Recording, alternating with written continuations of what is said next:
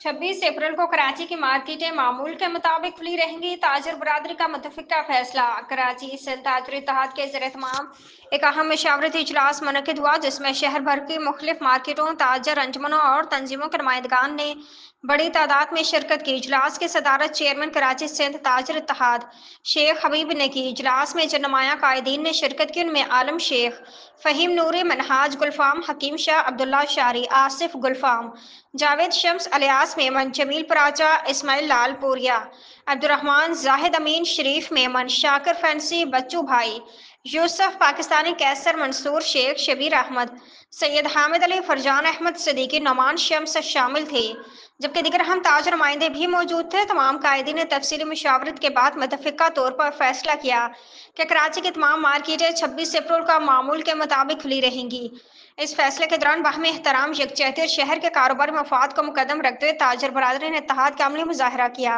आज कराची भर के तमाम ताजर नुमाइंदों को शेख हबीब साहब ने यहाँ मदऊ किया था, मीटिंग हुई और उस मीटिंग के बाद जो है मुतफ़िका तौर पे ये फ़ैसला किया गया है कि हम किसी हड़ताल के मुतामिल नहीं हो सकते। हम कारोबारी मराकज़ खुले रखेंगे 26 अप्रैल को, और जो भी होगा इस हवाले से यकीनन हम स्याह पट्टियाँ भी बांधेंगे और एहतजाज भी करेंगे, और उसके साथ साथ फ़ंड रेजिंग के हवाले से कमेटी तश्कील होगी और उसके लिए मुतालबा किया है कि आर्मी चीफ साहब जो है उसको लीड करें। इंशाअल्लाह ताला हम भर के जितने भी ताजिर और जितने भी मुसलमान हैं सब एहतजाज करते हैं और उसको कंडेम करते हैं। लेकिन कराची के अंदर में और पाकिस्तान में जो हड़तालों का सिलसिला आ रहा है, तो हड़ताल से उनको कोई फ़र्क नहीं पड़ता, हमारा अपना ही नुकसान है। तो इसीलिए हमने कराची के तमाम ताजिर बिरादरी ने ये फैसला किया है कि 26 तारीख को हम हड़ताल नहीं करेंगे और अपना कारोबार पुरअमन तौर पर खुला रखेंगे, जिस तरह आम रूटीन में खुला रखते हैं। उसके अलावा अगर हम अपने जो एहतजाज कर रहे हैं वो एहतजाज इस सूरत में करेंगे, हम उनकी चीज़ों का बाइकआउट करें और फिर अहकाम शरिया पे हम अमल करें। देखिए, हम जो तमाम नमाजें छोड़ चुके हैं, रमज़ान के रोज़े छोड़ चुके हैं, फिर बेईमानियाँ सारी चीज़ें कर रहे हैं, हम लोग उन चीज़ों को छोड़ें। उन चीज़ों आलमी हड़ताल थी, उसमें हमने भरपूर किरदार अदा किया और आज भी ये बात तय हुई है कि जो उस दिन की कमाई हो अपने अपने तौर के ऊपर भिजवाए।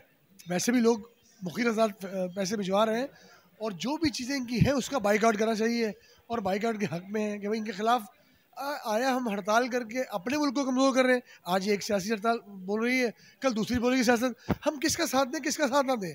उस हड़ताल में भी जो साथ दिया वो आलमी हड़ताल थी। इसमें कराची के तमाम स्टेक होल्डर ने मदऊ किया और वो तमाम लोग तशरीफ़ लाए।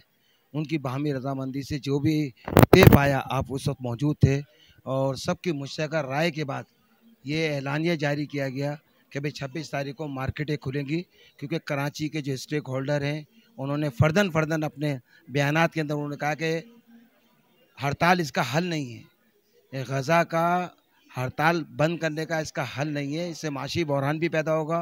यूसुफ पाकिस्तानी मैं अर्ज़ करूँगा कि हड़ताल किसी मसले का हल नहीं है, लेकिन आप रही एहतजाज के बाद पुरअमन प्रोटेस्ट करें, हालात वैसे ही ख़राब हैं।